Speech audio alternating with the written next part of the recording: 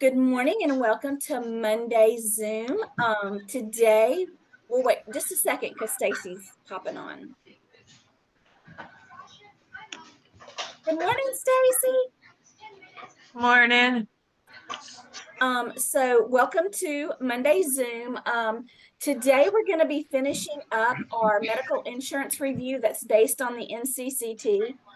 We just have, I think, 4 or 5 slides. So we're going to be ready to move on from that. I am going to post, I haven't decided how, and I'll let you guys know. And if I don't let you know, remind me. I want to post the entire paper packet for you guys so that you can practice. I may make a Quizlet. It just depends on how much time I have so that you can practice it over and over and over again. Because by the end of the course, I don't want you to forget what an HMO is or what, EOBs are and how to look at those. So I'm going to try to remember to get that done. Cannot make any promises. There's a bazillion things going on. But yeah, today it's not going to be a long class because we're going to be finishing that up. Tomorrow, I'm not sure what we're doing tomorrow. I've still had baby fever, so I haven't planned my week yet. So I'll be doing that today. But anyway, I do want to encourage, of course, this sounds silly, but I'm going to email this video out. I have 8 students who have not, no, I have 7 students who have not joined the 153 class. So I'm going to encourage that if you have not, I'm going to be sending this out in email as well as putting it on our Google Classroom. Please, please, please get in and join module 153 so you don't get behind. Yeah, I think that's all the announcements for this morning. Things are going great here. I don't know if you can tell, but I've moved offices again. This is the permanent home of my office. It's actually in a completely separate room. This is the only room. It's an office. It's not like my bedroom office. It's not my living room office. It's not my kitchen office. So I spent about 7 hours yesterday getting that done. Still not quite finished, but so if it seems dark or different, that's why. I'm still trying to figure out a lighting situation in here, but we'll get it all figured out. All right, without further ado, let's go ahead and get into our lecture. The first thing that we're going to be discussing is an ABN. Stands for Advanced Beneficiary Notice. So what is an ABN? An advanced beneficiary notice, also known as a waiver of liability or a Medicare waiver, is issued by medical providers to Medicare recipients, warning that services might not be covered. The ABN formally and legally transfers liability for payment of services to the Medicare recipient instead of Medicare. Your doctor may ask you to sign an ABN stating that if you receive treatment from them, it may not be covered by your Medicare plan. Your signature doesn't automatically mean you'll have to pay for the service, as Medicare may still need to review the claim. Okay, I'm going to stop share so I can look at you. Okay, so remember when we talked about pre-certifications, authorizations, things of that nature? That does not always mean, even if you're pre-certified or pre-authorized for a procedure, that necessarily that they're going to pay. Now, this is the difficult thing about real world in teaching. Most of the time, majority of the time, 95% of the time, if you get a pre-auth or certification to go ahead and do the surgery, they're going to pay. It's those rare times that they don't. But we have to understand that just because we get that authorization does not mean it's going to 100% pay.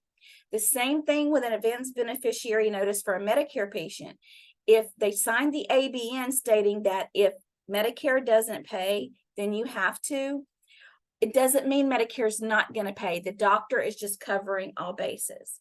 So that's what an advanced beneficiary notice is. All right, we're going to go to signature on file. Now, what is that? If you see SOF, it means signature on file. ABN, advanced beneficiary notice, SOF, signature on file. Payers and the Centers for Medicare and Medicaid Services require that the medical chart documentation sent to support a claim contain a legible and timely signature. For medical review purposes, Medicare requires the author using a handwritten or a valid electronic signature to authenticate the services provided or ordered, regardless of how accurate the coding is. If the document lacks a legible signature, the entire note will be disregarded. Gonna stop and look at you again. When you're doing your patient's take-in information, when you go into the office, do you guys remember you sign all these documents, right? There's a document there somewhere that says signature on file, or it may say that we're giving authorization for them to send our medical claims to our insurance, our third-party payer. That's your signature on file. You can't send claims to an insurance if there's no signature on file, right? You have to have it, or they're not going to send those claims to the insurance. They're going to send them straight to the patient, and they're going to call saying, hey, I don't owe this money, I have insurance, blah, blah, blah. So signature on file is part of that initial paperwork. How many times have you gone to be admitted to the hospital for a procedure, and you're in the little cubicle, and you have to sign that little thing on the kiosk? That's your signature on file. You're given an electronic signature saying, hey, you can send this information to the third-party payer. You can send this information to my primary care physician. It's the signature on file, giving permission for that information to go further than just there. Have you ever noticed that when you sign, it says there, who can we not send your information to, or who can we send your information to? That is what all of that is for. Does that kind of shine a light on what I just read to you? I hope that that's understandable. All right. So that is an ABN and a signature on file. Okay, next has to do with math. Womp, womp, womp. We hate math. But I have pulled some, we have to be able to figure out deductibles and what the patient owes and things like that. And I pulled these directly out of the NCCT practice packet. So let's just talk about them. Okay, so a level 2 visit for a code is $95. 80% paid from insurance, 20% due from the patient after deductible is met. Okay, they have a $200 deductible, and they've only met $49 of that. How much does this patient owe?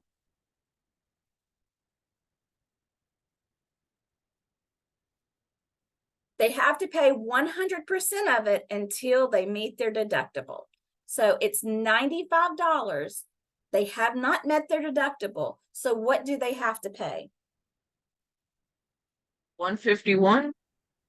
No. Why would they have to pay? Tell me why you think they pay $151. $46. I have no idea. I just guessed. It's not $46 either. Is it 95? It is the $95 because that's what they contract. Yeah. Now that $95 is going to go towards their deductible the next visit, right? But today they have to pay $95. Guys, do not feel bad for getting that wrong. This is not easy. We're going to hit this again, I promise. So I don't want you to say, oh my goodness, I don't understand the math. We're going to get more practice with this. This is just to kind of wet your whistle. All right. Looks scary. Don't be scared. Remember, we're just talking about it. We're not testing on it. This is just a conversation. A patient is seen by a specialist today in the clinic. The allowable amount charged for the services today is $700. The policy is 80/20. The deductible is $1,000. $1,000, of which 500 has been met. Which of the following amounts is the patient total out of pocket for the services?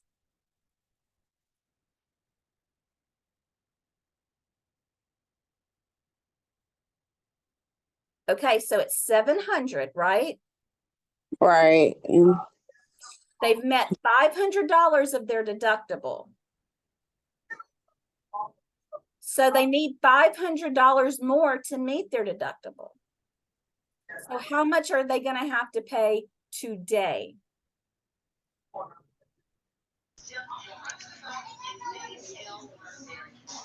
Would it be 500? It is the 500. They have to meet their deductible. So it is the 500. Yeah, y'all are looking at me like how I feel when I look at it too. I'm like, I get it. I get it. This is just to start getting our minds to think of it in that way, not to discourage. Okay. I promise we're going to go over this more. Okay. So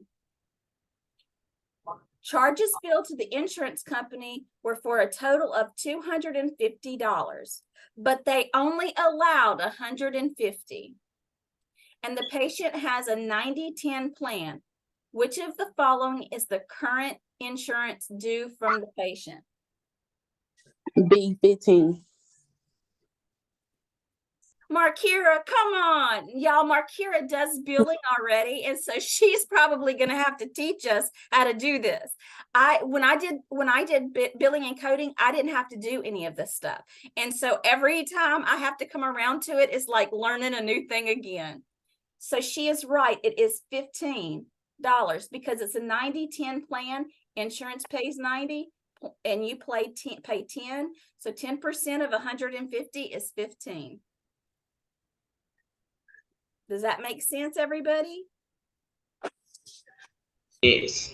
Yes. Yes. I got you. Okay. So today was, like I said, we're wrapping up the end of this packet. We've gone over HMO, PPO, co-insurance deductible. We've hit all of those major things. How confident are you feeling in medical insurance right now? Are you feeling pretty good about the key terms that we went over, or do we want a review class next week? I have been joining the Zoom due to work, but I was able to push some time to go ahead and join today. So I would like a review. Okay, so we can do a review next Monday, Markira. You can make it? Yes, ma'am. Okay, then we'll do a review. Hi, Katie. Hey. Girl, if you don't join module 153, I'm gonna stump your toe. I thought I did.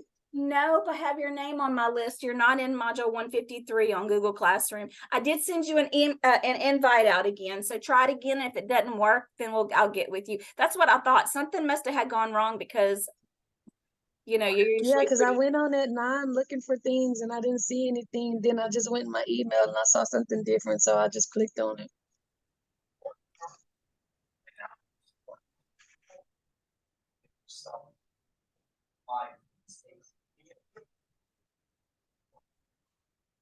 I'm sorry. I'm looking to see if you're there. You're there now. You're there now. Y'all know this. Okay. I am really, really, really, really hoping that we get our Moodle soon, because I'm really ready for us to get settled on where we're going to actually be. And there are things about Google Classroom I don't like. I know y'all too. So here's the plan. Next week on Monday, we're going to review.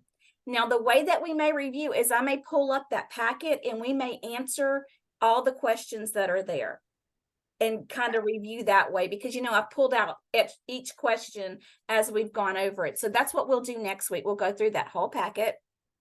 I don't have new students next week, so it won't be any sort of a rush. But how are you guys doing in module 153 so far? I know we're just beginning. So are you excited to go through the CPT? Yes. Yes. And I think I'm doing good. But Miss Gallagher, did you receive my 5 questions? On that, Yeah, did you on send, that. did you I send them? done my lab one, and then I tried to. After I sent it in, I went back and started trying to answer those questions. I tried to take it on to the lab one, and that's why I wasn't sure if it came through. Yeah, I got it. It did. It did. Perfect. Thank you. Okay. Okay. And I'm sorry I hadn't texted you back yet this morning. It's been a Oh, it's okay. busy It's okay.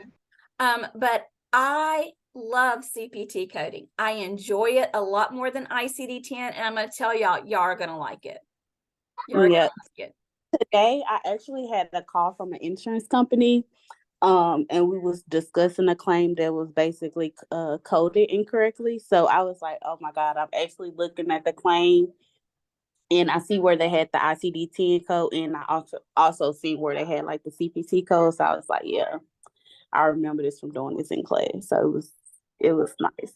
That was awesome that you were able to take what you have been learning and apply it to that job. And that, Markira, I'm so excited for that. I have to tell you, being able to put all those puzzle pieces together and really understand and know that you know, it's a great feeling. It's a great feeling.